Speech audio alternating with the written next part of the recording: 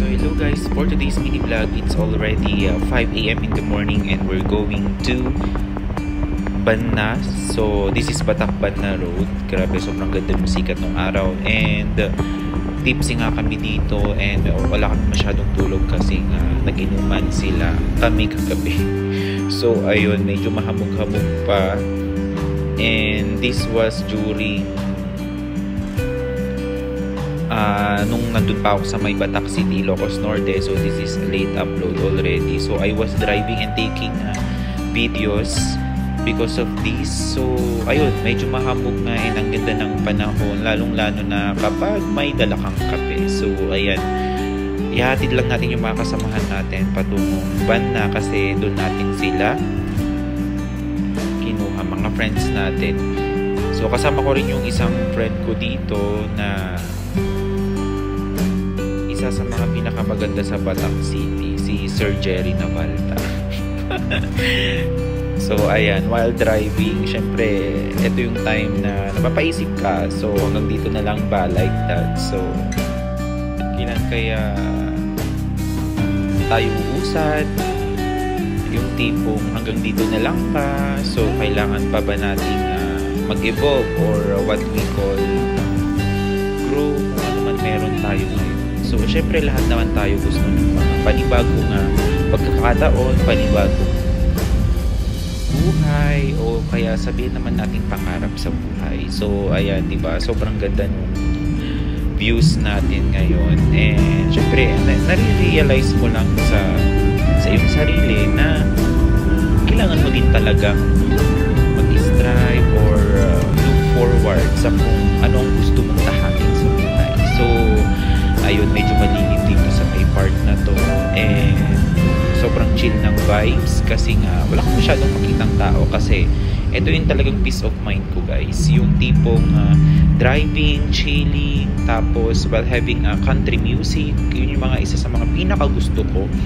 And lalong-lalo na dito sa Ilocos Norte, ayan, tignan nyo naman, guys, sobrang hamog and look, there's a lot of animals within this road. So ayun, and yun nga, balik tayo sa realization ng buhay. So kailangan nating matatag pa sa ating family, lalong-lalo na sa ating mga magulang kasi they are getting older na. While we are also getting older, they are more getting older too. So ayan, yun lang, na-realize ko lang and napag-isip-isip ko lang na look forward and just pay attention what you want, and also always keep God in your heart, and of course keep God in your whole life because siya lang naman talaga makakapag or makakatulong sa atin sa araw-araw nating pamumuhay. And dito nga, galing na kami dun sa may Banna Road and Batak Banna Road, I mean. And yun nga, nagtawag din itong mga kaibigan ko na mag-breakfast after their duty dito sa may Pangil Rock Formation, Ilocos Norte. So ayun, nandito na kami ngayon sa may Pangil Rock Formation and bumili lang kami sa kantin ng aming mga food, which is yun naman yung lagi namin nakagisnan. Bumili ng food early in the morning and ayun, madami na ang tao. Kahit 7 a.m. na dito. Ayan, nagsasali-salita ako dyan kung ano ba pinagsasabi ko dyan.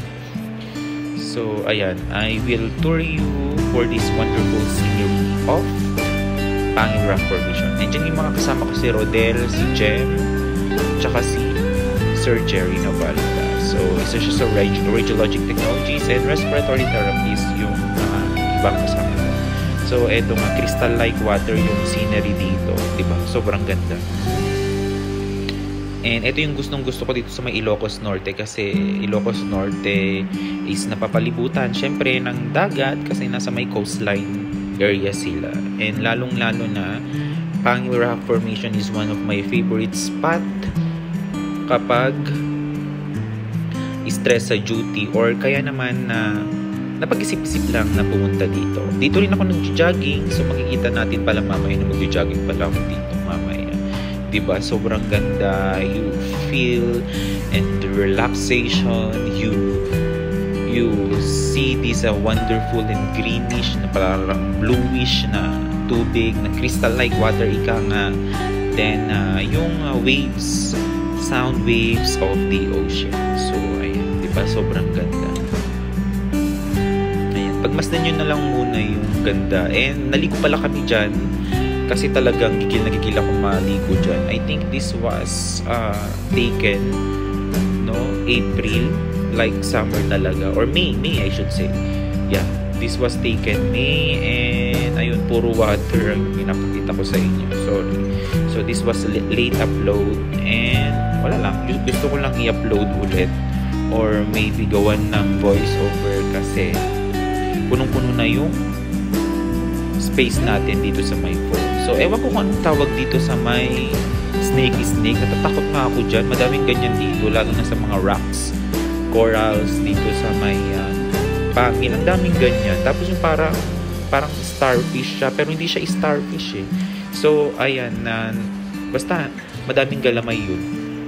Nandito na nga ako, nag-jog na muna ako kasi bago kami umuwi, nag-jogging muna ako dito sa may road dito sa may Baguio Rock Formation. So, ayan, diba? Sobrang ganda and peaceful. Sobrang nakaka-relax pakinggan yung huni ng ibon.